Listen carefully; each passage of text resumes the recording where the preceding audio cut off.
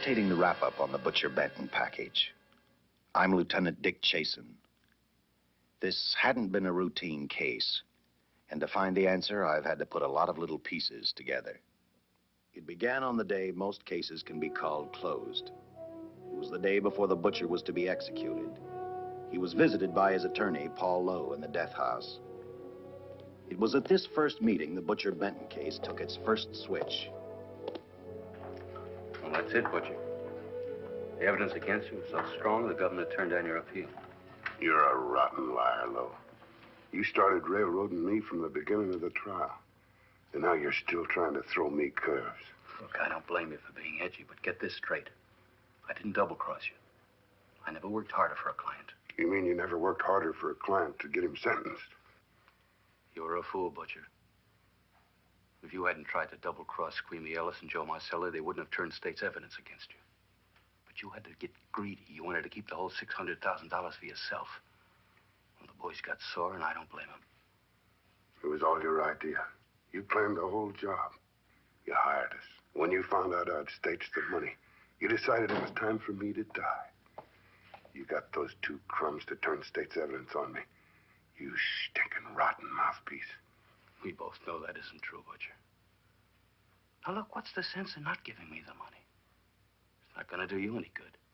Well, I'll have the satisfaction of knowing that none of you three crumbs are going to spend it.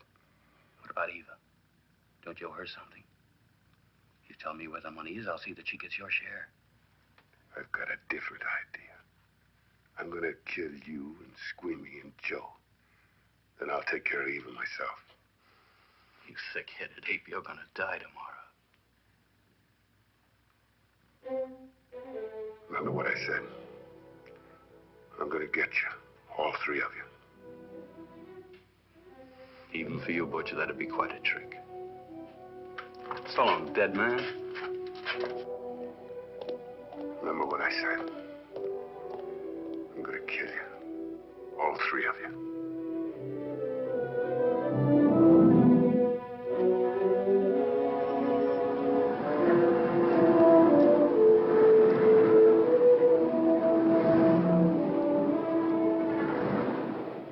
Back in Los Angeles, two men sat in a bar room listening to a newscaster tell his headline story. He played up big the butcher's threat to kill Paul Lowe, Squeamy Ellis, and Joe Marcelli for their having turned state's evidence against him. Squeamy Ellis didn't seem happy over the butcher's threat. Neither did Joe Marcelli. But they had figured, once a dead man, always a dead man. But this was one time everyone was in for a surprise, including the entire police department.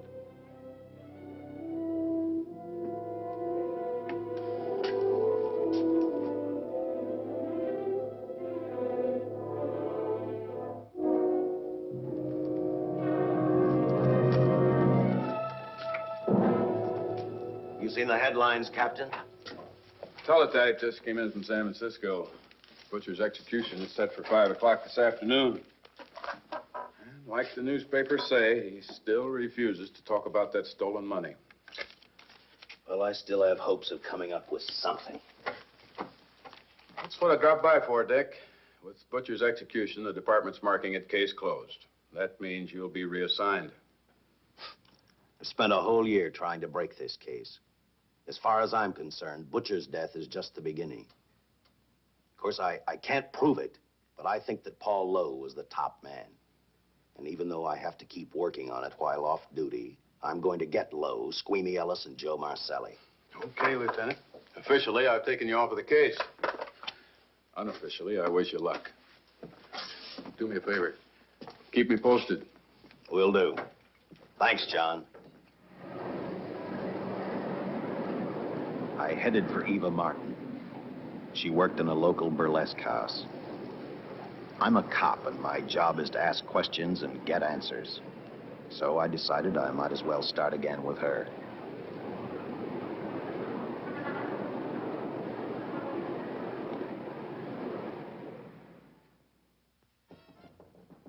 Come in. Oh. What do you want? I'd like to talk to you. Talk? You're a cop, aren't you? That's a good question. I can't even find a 3-ton armored car, let alone the $600,000. And I've been on the case a year. I've told you, and I've told you, and I've told you. I don't know anything about the money. I never did. Benton's gonna be dead in a little while. I thought it might make a difference. I never knew anything about the money. Call me dumb. I didn't even know Charles was in the rackets until the trial. Now, take it easy, kid. You're on, Eva.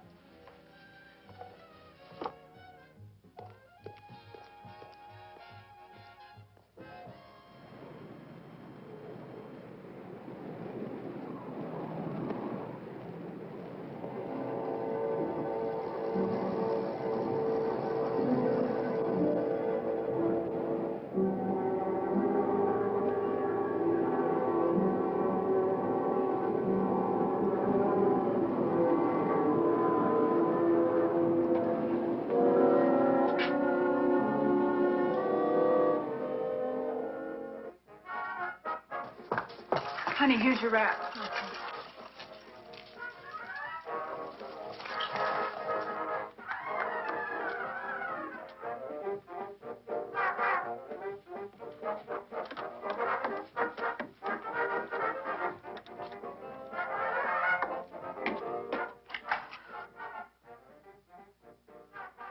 A few moments ago, Butcher Benton, without revealing the whereabouts of the $600,000 stolen in the armored car holdup, paid for his crimes against society in the gas chamber at San Quentin. Now for a look at the international scene. Today... Come on, baby. Don't waste tears on Benton. I feel so badly about Charles. If I'd known, maybe I could have done something. How about a drink? We could both use one. An artist can't drink while she's working, Paul. Boy, see.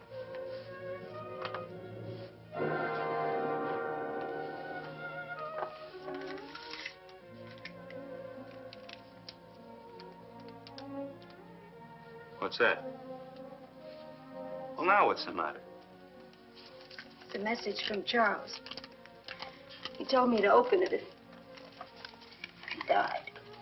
Finale, Eva. All right. How about a steak after the show? No, thanks. Not tonight, Paul.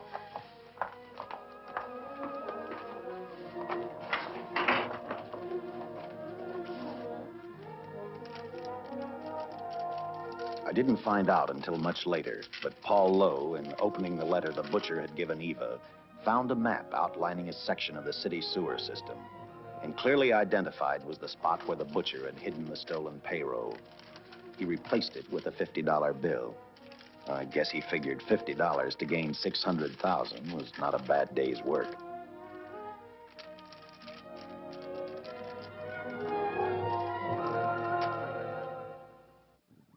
And a few hundred miles away in San Francisco, the case took another switch, which turned the next 72 hours into one long, hideous nightmare. Dr. Bradshaw, a distinguished biochemist, was making preparations for a final experiment which he hoped would lead the way to a cure for cancer. He'd been successful with laboratory animals. The last step called for a human body. And Dr. Bradshaw's assistant quickly made a deal with a local mortuary and returned to the laboratory with the dead body of Butcher Benton.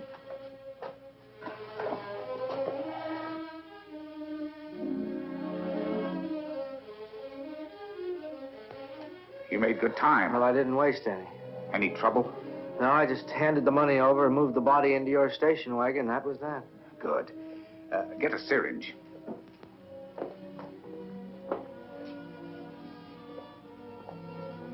He's in good shape. Well, I hope so. We'll get other blood samples later. We'll run this one through fast. Right. Now wheel him into the machine and then raise him. Right.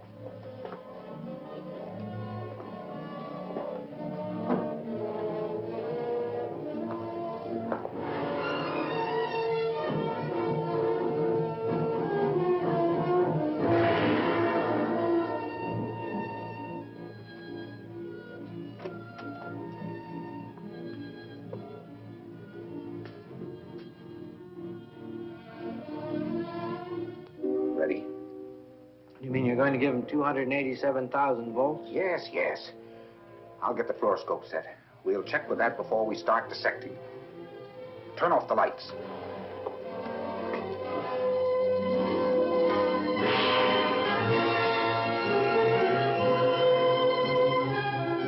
There you are, old boy. If you respond properly and my theory is sound, you'll be more famous dead than alive. Throw the switch.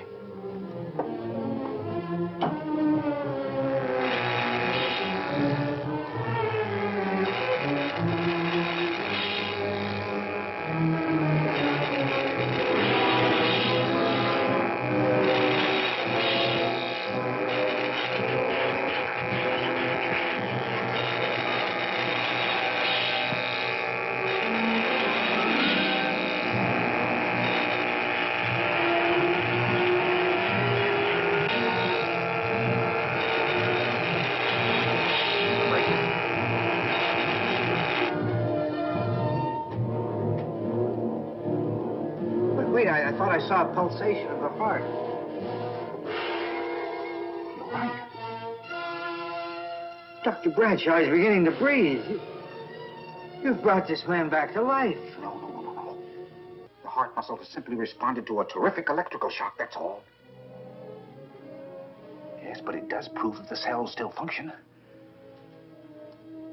Dr. Bradshaw, he is alive. A shock reaction, it can't last. His cells are multiplying now, if your theory is right. We could keep that reaction going longer. But it's worth a try. Get the body out.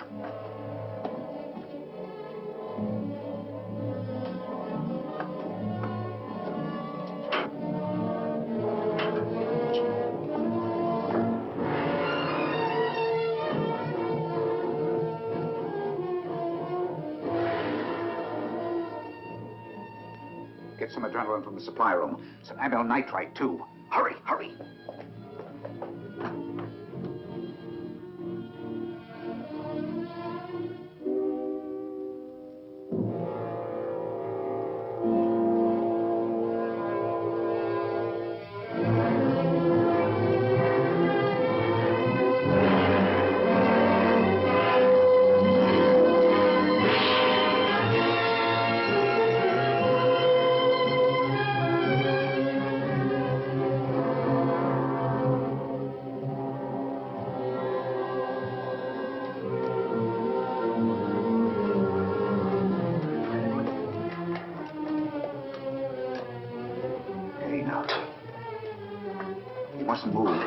Your heart can't stand the strain.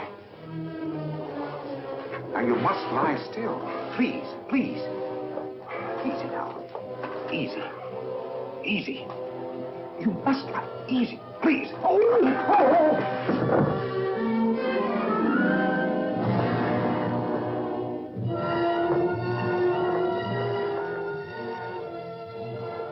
Dr. Bradshaw's experiment had given life back to the butcher. He tried to talk, but the electrical voltage had burned out his vocal cords. Yet it hadn't destroyed his brain. He knew who he was. He knew who he hated. As he stumbled about the room, I think he thought only about one: kill Lowe, Squeamy, and Joe Marcelli. The tremendous electrical voltage that Dr. Bradshaw had given the butcher had increased his cellular structure to the point where he was no longer a man. Dr. Bradshaw's experiment had created a vicious, brutal animal with an almost inconceivable amount of strength. Dr. Bradshaw must have believed the butcher's regained life would last for only a few minutes. Therefore, instead of calling for help, the doctor decided to handle his creation alone. Now, easy, Benton. Just relax. I'm a doctor. I want to try to help you. Do you understand me? You're in my laboratory. The execution was carried out and you were declared dead. I tried an experiment on you and brought you back to life, although I didn't intend that. Now, you've had a great shock. Now come and sit down. Now, be quiet. Now, come and sit down. Take it easy. That's the boy.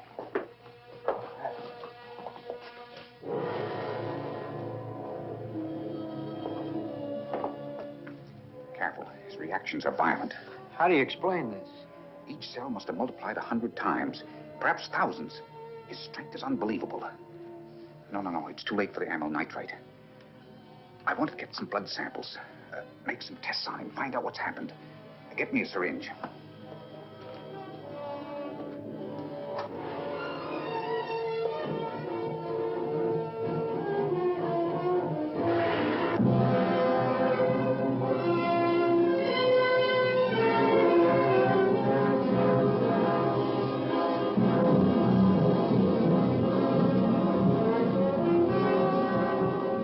Why won't the needle penetrate the skin? Tissue must be nearly a solid mass of cells. How are we going to get the blood sample? Surgically, perhaps.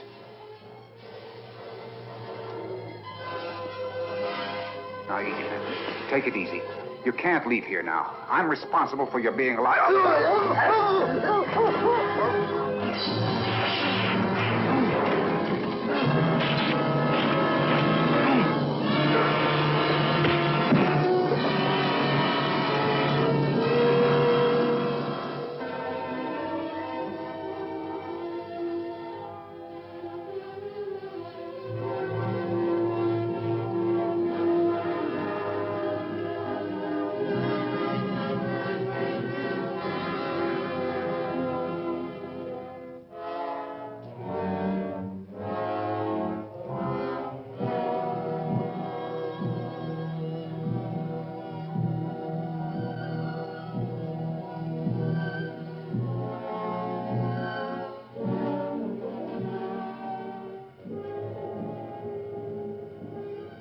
Towards the end of this case, Captain Lauder and I found out the doctor and his assistant had been murdered.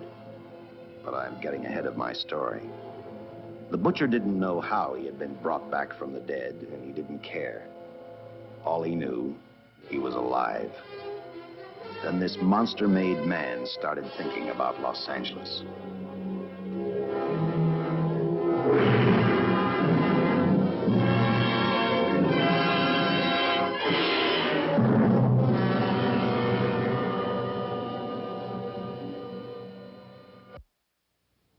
On that very night back in Los Angeles, I decided to stop playing detective for a little while. I went to the burlesque house to ask Eva to have dinner with me. After all, the butcher was dead, and if I got lucky, sooner or later, I figured Paul Lowe would lead me to the stolen payroll. In a way, that possibility made me even feel better. It's not fair to watch the show from backstage. Next time, I'll pay admission. I take it by that remark you like my routine. Yeah, you're pretty good. What I can't figure out, though, is why you stay in a place like this. It shouldn't be hard for someone like you to get a job in a class spot. If you weren't a detective, I'd be willing to bet with a line like that your next remark would be, how about dinner? Well, not exactly dinner, but a hamburger might be a good idea. If you're asking in an official capacity, I can't say no. I'm off duty. For the past 6 months, all I've ever called you is Lieutenant Chasen. Do you have a first name? Uh-huh. Dick. Give me 10 minutes for a quick change, because you just made yourself a date, Lieutenant. I mean, Dick.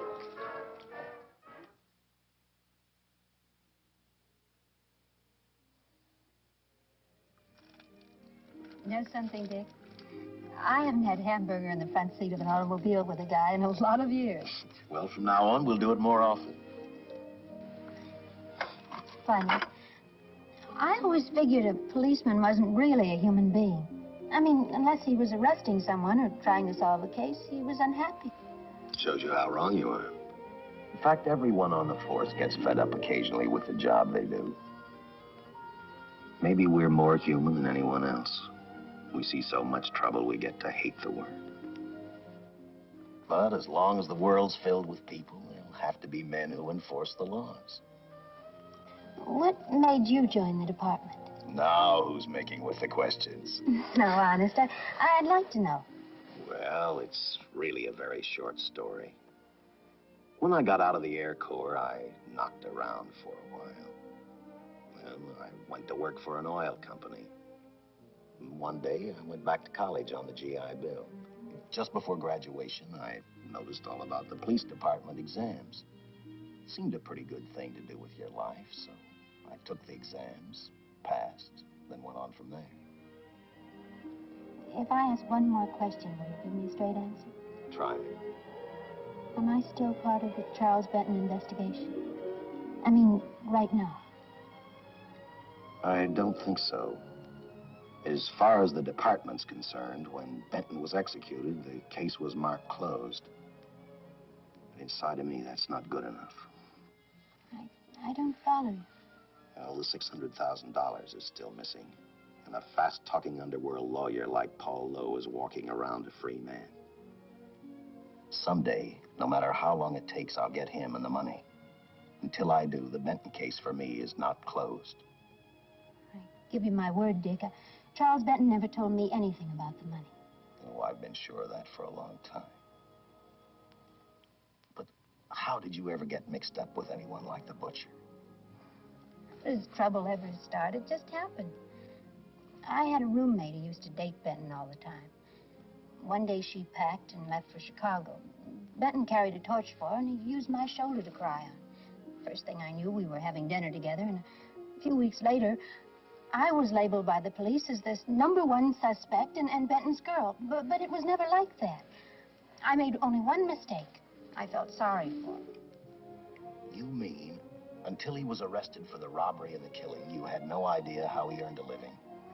I know this is going to sound crazy, but I only went out with Benton a couple of times. And all we ever talked about was Madge, my old roommate. The last time I saw him, he tried to get too friendly, and that's when I told him he had the wrong girl. But like I said, I'd already made my mistake. What about the burlesque house? How do you two fit together? You sound like a lot of other people. I left a small town a couple of years ago because I won a beauty contest, and the first prize was a screen test. Da, da, da, da, da. After which, nothing happened? That's right. Only, it was pretty rough. And then one day I read an ad about girls wanted for a burlesque show. I auditioned and I got the job. You know something? It's like any other job. If you're looking for trouble, you can find it even in a schoolroom.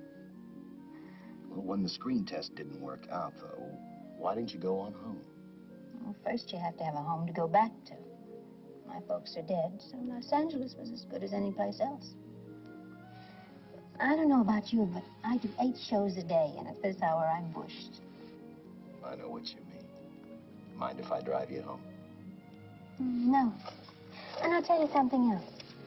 I haven't minded anything about tonight. Not even the hamburger. I kept playing tag with Lowe. He made 4 telephone calls. 3 of them didn't interest me, but one did. The one to Joe Marcelli. I watched Joe head for his meeting with Lowe, and for some unknown reason, I began to get the feeling that this case was finally about to explode in my favor. You see what I mean? Well, look at that, will you? I seen him stagger on 2 legs, but he's doing it on 4. Shut up, you flea bag. Well, look who's calling names. At least I ain't a squealer, a stoolie. Ah! I warned you before. All right, Harry, that's enough. I'll take care of him. I want to talk to him. Okay, Mr. Lowe. But any future business you've got with this psycho, take care of it upstairs in your office. If you keep showing around here, sooner or later he's going to get slugged, cripple or no cripple. All right, shut up, Joe. Sit down.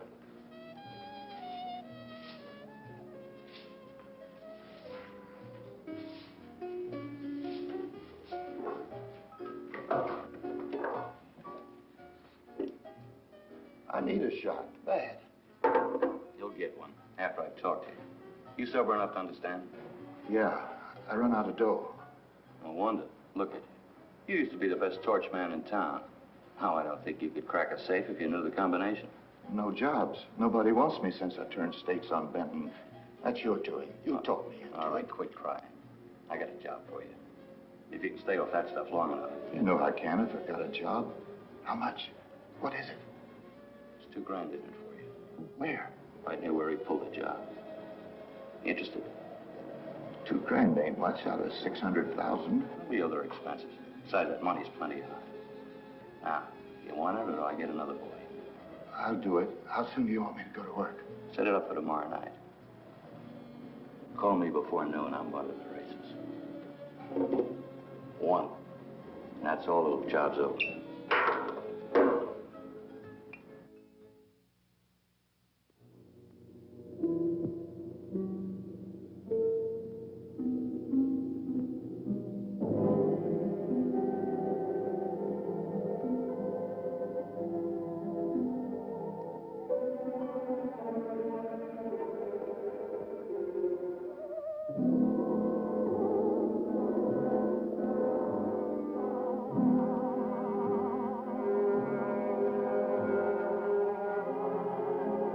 The butcher was walking slowly toward Los Angeles. He'd traveled through wooded hills to prevent being seen by anyone. Finally, he came to a quiet road. He stopped to get his bearings. And then he saw her. He saw something else. An automobile. For the butcher, that rang a bell. With a car, he knew by the next afternoon he'd be in Los Angeles in plenty of time to catch up with the 3 men who had double-crossed him.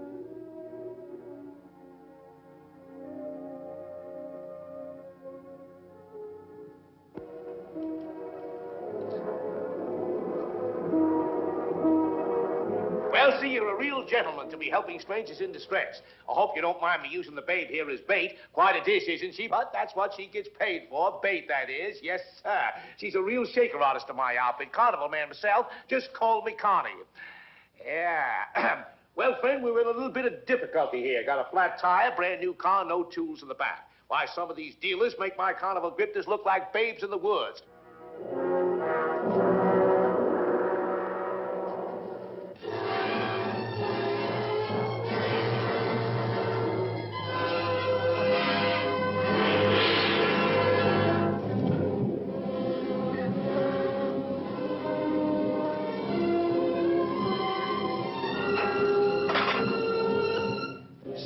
Holy. Say, who you with, friend? Let it down. Let it down. No matter who you with, friend, believe me, I can do better for both of us. I'll make a fortune for the both of us. Oh!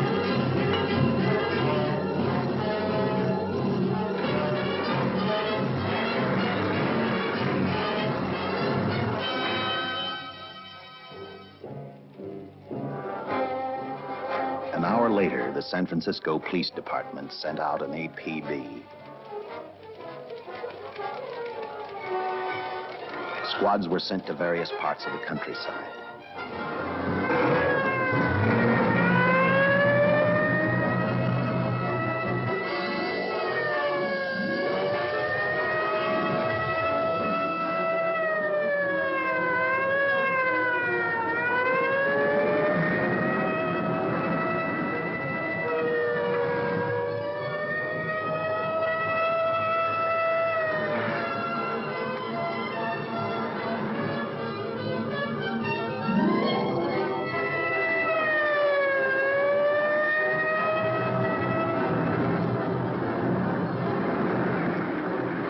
Roadblocks were thrown up to catch the cold-blooded killer the hysterical girl had described. Each squad kept reporting back to Central Headquarters, and each of their stories was the same.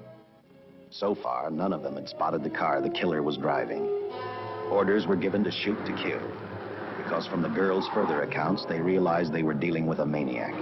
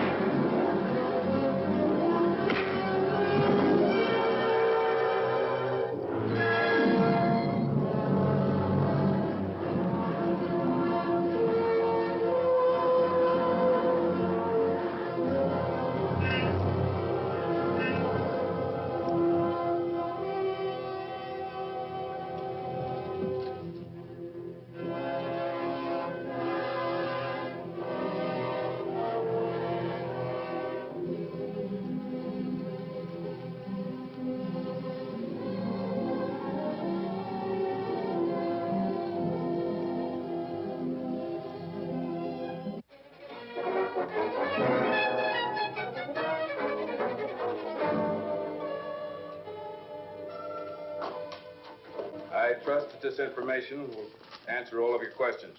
If I can be of any further service, let me know. Sincerely, J.I. Louder, Captain Police, L.A. Another all points from CHP, Captain.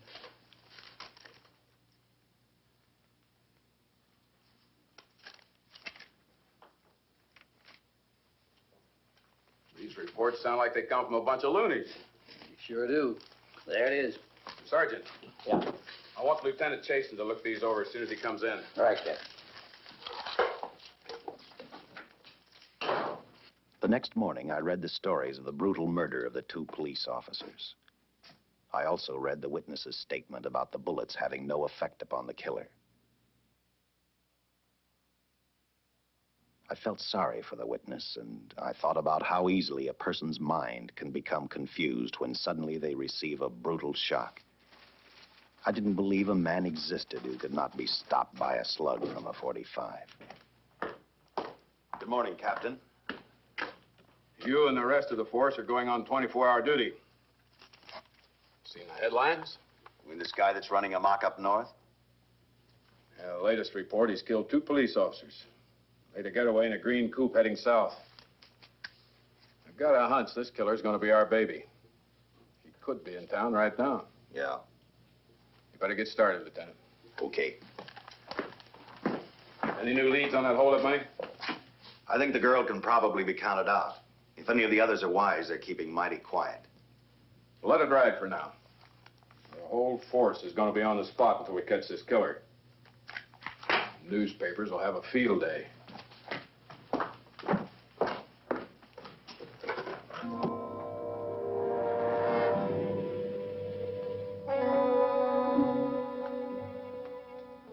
We were wrong about 2 things. The killer was already in our city, and we didn't know he was Butcher Benton. He headed straight for Eva Martin. He went to her dressing room to get back the map he had left in the envelope with her. He wanted first to check his money, then catch up with Lowe and the others.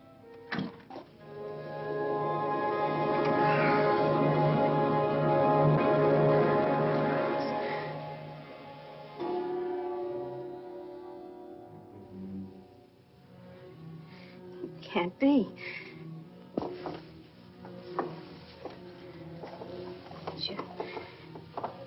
You do look like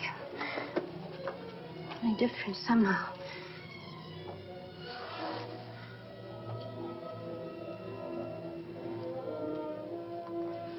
It is you. Why didn't somebody tell me? What's happened, Charles? Those look like bullet holes. Are they?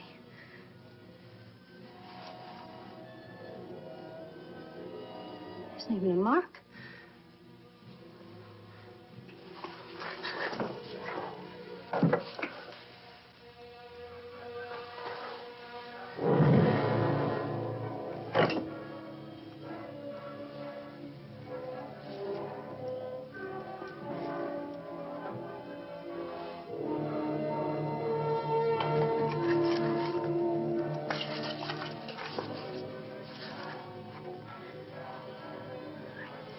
I opened it like you told me. I found the $50.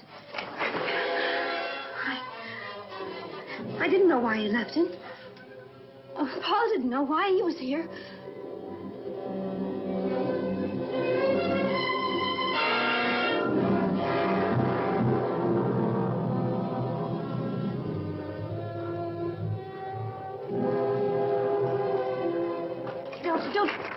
Don't get crazy. The name of Paul triggered his hate. He left her dressing room and started for Squeamy Ellis and Joe Marcelli's place. Because he knew, with them out of the way, Paul Lowe couldn't open the strong box where the money was hidden. He thought of Squeamy and Joe first. He was saving Paul Lowe for last.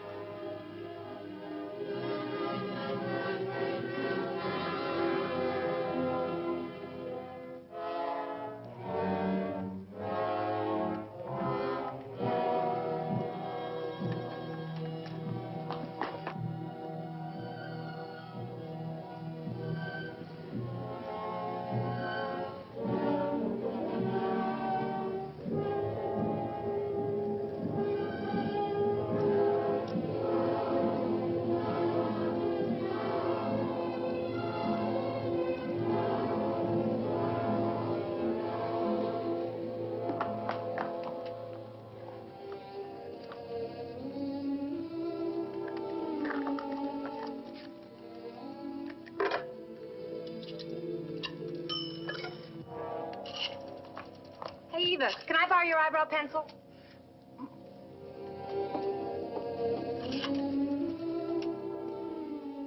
Operator, get me police headquarters. Lieutenant Chasen, please. When do you expect him? Well, tell him Charles Benton is alive, and even bullets can't stop him. I'm not crazy. Just say a friend of Charles. He'll know.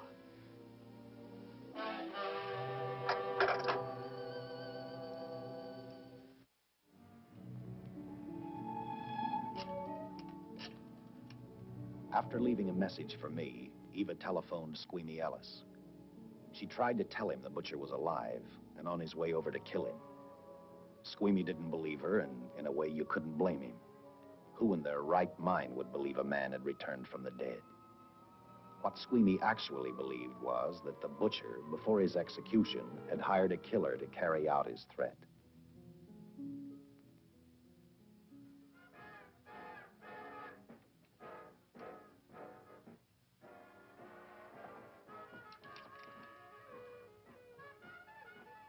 You sick? What? You don't look so good to me. 10 minutes, Eva. All right. Say, Eva, I could take over the matinee trick for you. What? It's easy. Look, Eva, I can do it. Scub-up-de-doo-doo-doo. Oh, on. Francine, I just thought of something. Yeah? Eva agreed to let Francine do the show. She hoped she'd be able to interrupt the butcher before he arrived at Squeamy's hotel. Or, failing that, at least be able to warn him to stay out of sight. You wanted me, Captain? Yeah, I just had a rundown on those fingerprints of the stolen car up north. We got nothing on the driver who was killed or the woman with him. Take a good look at these. There's something funny about these. Yeah. The boys in the lab can't figure it out either. Those are the killers. They were found on the steering wheel. Looked like they'd been stamped in with a steel die. They sure do. These are Butcher Benton's. What? They look the same to me. How do the lab boys explain that? They don't. Their best guess is a twin brother. An identical twin could have the same pattern of whorls with only slight variations. Ever hear of the butcher having a twin brother? No. Even if he did, it wouldn't explain these freak prints. You didn't pick up your message, Lieutenant. Some wacky dame calls you. And she says Charles Benton is alive, and bullets won't stop him. If we buy the twin theory. Who was she? Where'd she see him? Well, she wouldn't leave her name. Sounded kind of hysterical to me. Said she was a friend of the butcher's. Eva Martin. Get over at the Follies and see what that girl knows. Yeah. Some guys have all the luck. I never drew an assignment to the Follies.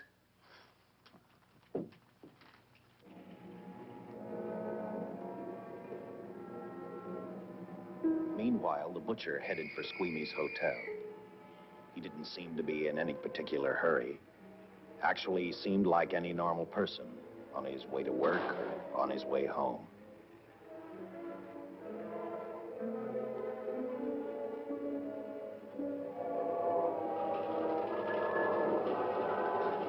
He rode up Angel's Flight, arrived at the top, scanned the hotel building, and then noticed the only exit from Squeamy's apartment, a fire escape.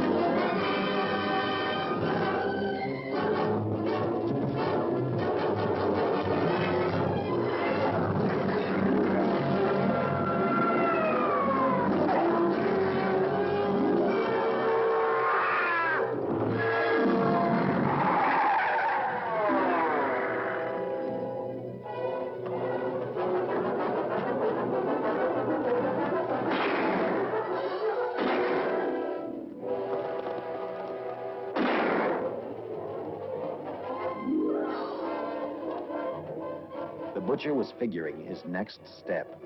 And as he looked at the dead cop, he thought about Paul Lowe, the next man on his list. Seen Joe Marcelli? Not since last night when I told him I didn't want him around here no more. Give me a shot.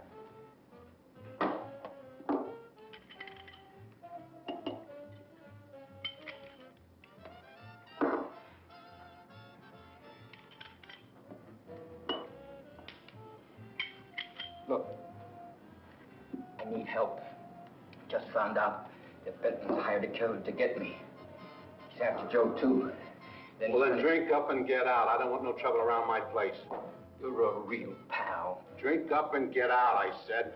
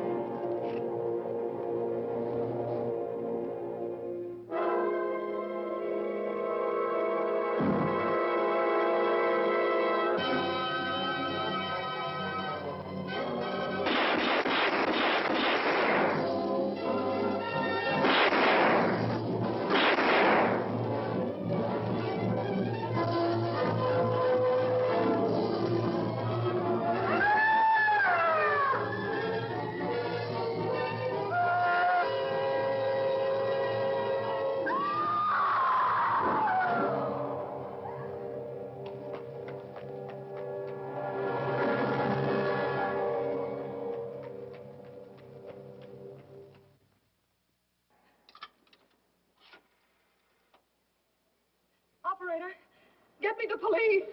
Police! Yes!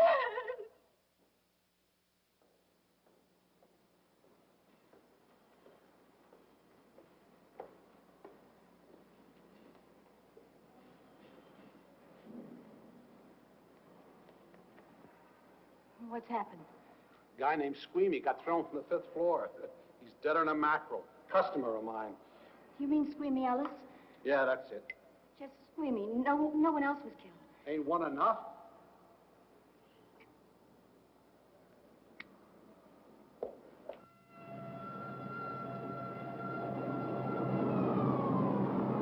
I tell you, the bullets never even phased him. He must have been wearing a bulletproof vest. God help us when the papers get a hold of this. Keep an officer on duty here till you hear from me. We'll get a stakeout on Joe Marcelli. I'd like to talk to Joe. Lauder, I'm going to call San Quentin. Suppose Benton is alive. Every available man's been put on the case now. Yes, sir. All right. All right. Anything new? Report on Dr. Bradshaw, owner of the station wagon.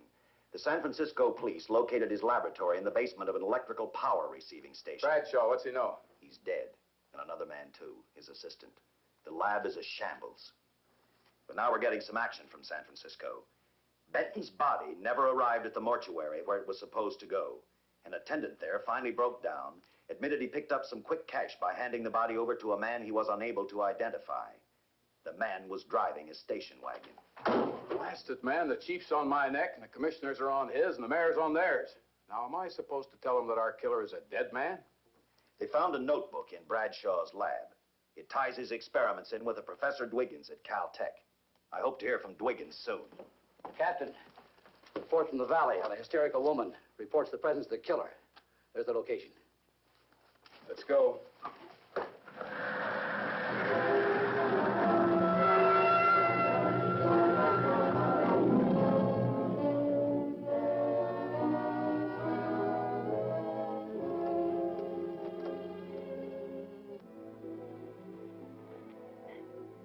You and your boyfriend had a little fight, and he got out of the car to take a walk.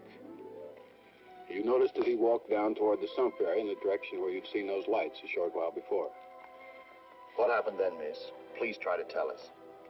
Well, I just sat there a few minutes, I guess. I was pretty mad. Then there was a loud crash, like heavy metal, sort of, from down here. I got out of the car to get a better look. I heard Jimmy cry out something. I couldn't make out the words. Then down here, in a patch of light, was Jimmy. And coming toward him was this man. Big man. Lifted Jimmy up over his head like he didn't weigh a thing. Jimmy screamed. Just once, before he broke Jimmy's back. I heard it snap, not far away. Then I started running till I found this house. They let me use the phone. Thank you, Miss. We'll see that you get home all right now. O'Malley, see that the young lady gets home all right. Paul Lowe, while driving to his office, heard a radio commentator report the murder of Joe Marcelli. And what shocked him most was when the broadcast identified the killer as possibly being the butcher. Lowe headed straight for Eva Martin at the Burlesque Theater. Oh, you gave me a start, Mr. Lowe. What are you doing here? Where's Eva? Oh, I'm taking her place. I'm going to wear her costumes. What's it to you? I asked you, where's Eva? Hey, don't get physical. And watch your tone of voice, Buster. I told you. Little Eva isn't here. I could see that for myself. Where is she? She's at police headquarters. That's where she is. Yes, sir. No, sir. Captain Lauder's still with the mayor. The killer dropped out of sight. He was last seen in the Hollywood area.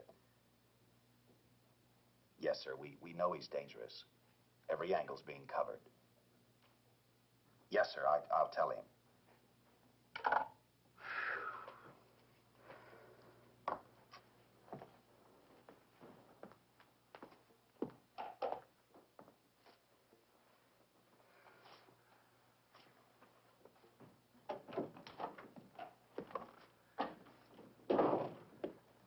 Here, see how these fit. Low heels. I'm sorry. It's the best our wardrobe department can afford. Any idea how soon the captain will be back? Now, look, I'm going to see the captain. I'll have to wait here all night. Paul. Paul, Charles killed Squeamy and Joe. Joe, too? Benton? He's alive. I saw him, but nobody will believe me. I'm checking it. My guess is whoever killed them is on the trail of the money, Lowe. Now, maybe you better start talking if you know anything about it. I don't know anything. Did the butcher have a brother? No, no brother. It was Charles. I saw the tattoo on his arm. Look, I demand police protection. Where's the money, Lowe? You heard me. I demand protection. I know my rights. We put stakeouts on your office and home. Well, that's not enough. It's enough as far as we're concerned.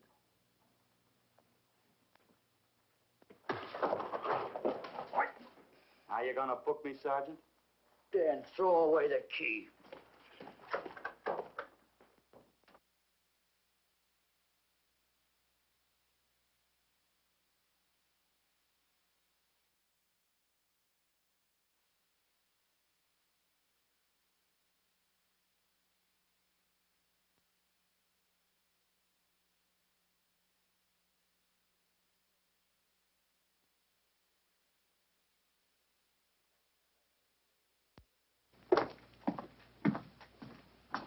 Thank you. Come up with anything yet, Dick? Oh, we've checked every hotel, motel, and rooming house in town. We've run a cross-check on every hangout Butcher ever used.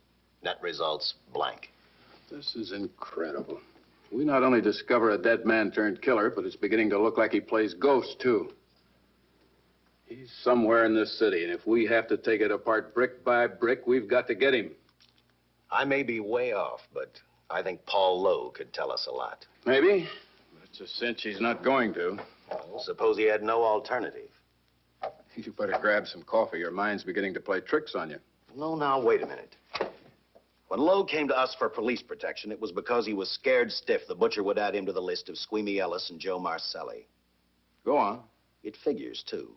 When he slugged the sergeant, he knew we'd book him right away. Oh, this Lowe's a pretty cute character. But we can play the same game. You mean we'll threaten to release him? Well, not exactly. You tell him you realize that he was excited, that throwing the punch was accidental. Tell him we're not going to make a charge, that he's completely released. Lieutenant, you know we can't do that. Lowell made his first mistake when he hit the sergeant, and that'll get him a year. As far as the department's concerned, at least it's a small victory. If my hunch is right, Lowe won't want to be on the streets with the Butcher looking for him. And he may talk, and talk a lot. Enough maybe for us to get rid of him permanently. Even lead us to the Butcher. If he's frightened enough, that might work. But if it doesn't... No, Dick, I'm not going to release him. I want him out of my way so bad I can taste it, but not bad enough to be responsible for getting him killed.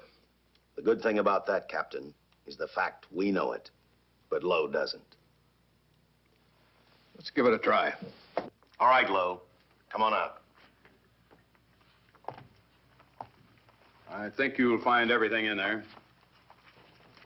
You're free to go, Mr. Lowell. Wait a minute. Who do you think you're kidding? You arrested me for assaulting an officer. Court, I'll plead guilty. With luck, I might get off with 6 months. For a lawyer, you're forgetting a very important point. If no charge is made, there's no trial. It was a tough day for everyone. We figured your nerves were on edge, and when you threw the punch, you didn't know what you were doing. I've squared everything with the sergeant. It's all over, all forgotten. Yeah? Why'd you bring a stenographer? Simply because I wanted a record of our conversation at the time of your release. Okay, Lowell, let's go. Oh, wait a minute. Once out on those streets and I'm a dead man. You let me go, you'll be responsible for murder. Oh, come off it, Lowe. You're imagining things. You know the Butcher threatened to kill me. You set me free, he'll do it. Well, that's just a risk we'll have to take. But the way I look at it, Mr. Lowell, you'll be okay. Look, Captain, I'll make a deal with you. You keep me here, and I'll tell you how to recover the money. Maybe even catch the Butcher. No deals, Lowell. You'd probably tell us anything just to stall for time. Come on, let's get out of here. Now, wait a minute. All right. I'll tell you the truth. Start taking this down. I, Paul Lowe, hired Butcher Benton, Squeamy Ellis, and Joe Marcelli to pull off the armored car holdup. And then Lowe continued with his confession. He told us about finding the map. He showed us the exact location of where the Butcher had hidden the stolen payroll. And he gave us a most important answer. The explanation as to how the Butcher was able to elude detection. His means of escape was the sewer system beneath our city.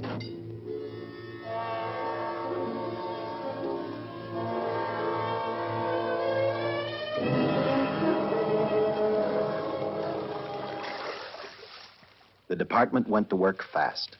Every police squad in the city was detailed to cover a specific area. Every entrance and exit to the Los Angeles city sewer system of 700 miles was covered. Captain Lauder and I, along with several other squads, headed for the entrance where, according to the map, Butcher had hidden the money. Our job was to stop him, and that made me think of one specific question. When we found him, could this monster be stopped? I, for one, wasn't sure.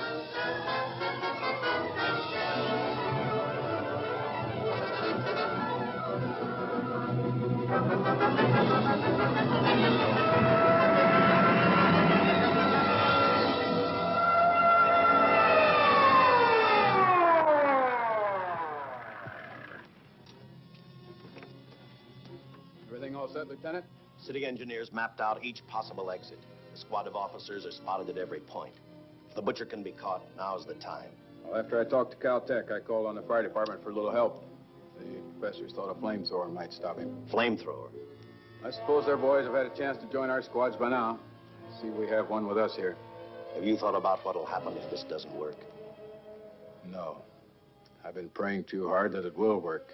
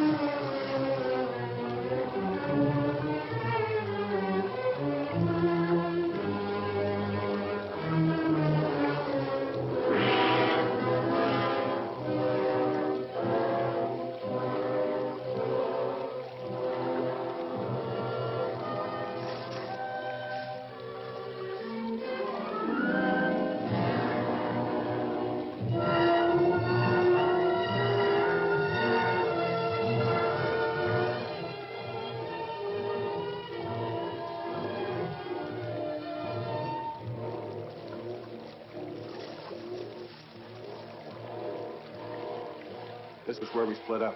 I'll go straight ahead.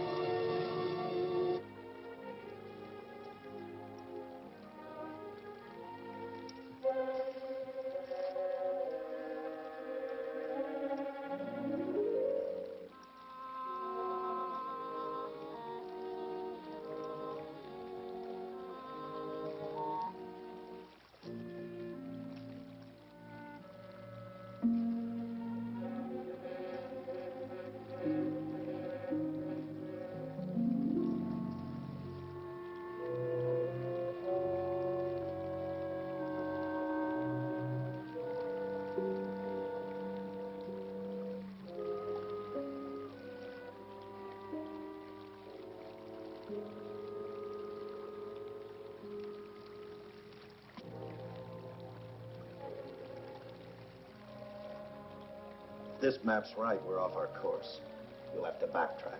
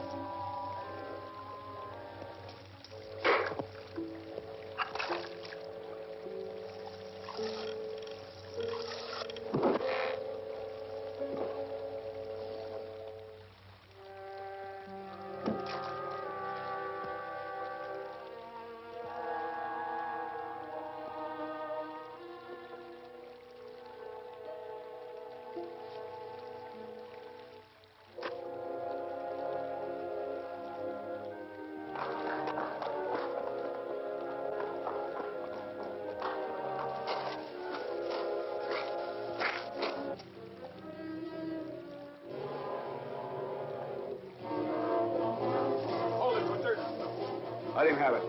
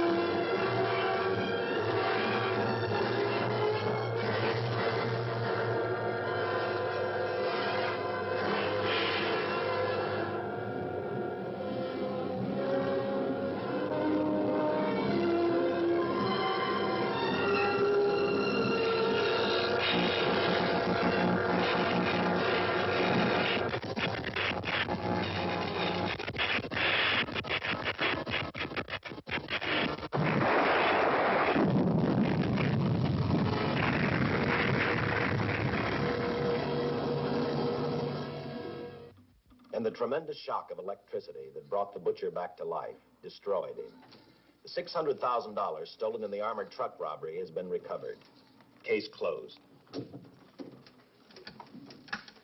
Well, here are the scientist's comments for your records.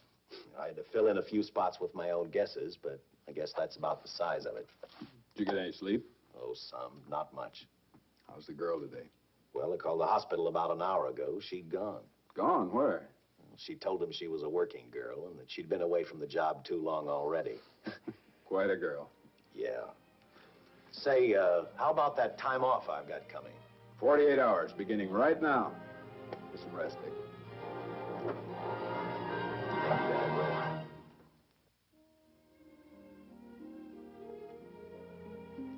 You know something, Dick?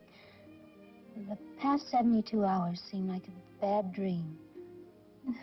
That rest in the hospital today really gave me a new lease on life. Now that it's over, I can't believe it actually happened. The important thing is to remember it is all over. I suppose you'll be assigned to another case. I'll have to give up hamburgers in the front seat of the car for steaks in a restaurant. No. I've thought about that. In fact, I decided to do something about it.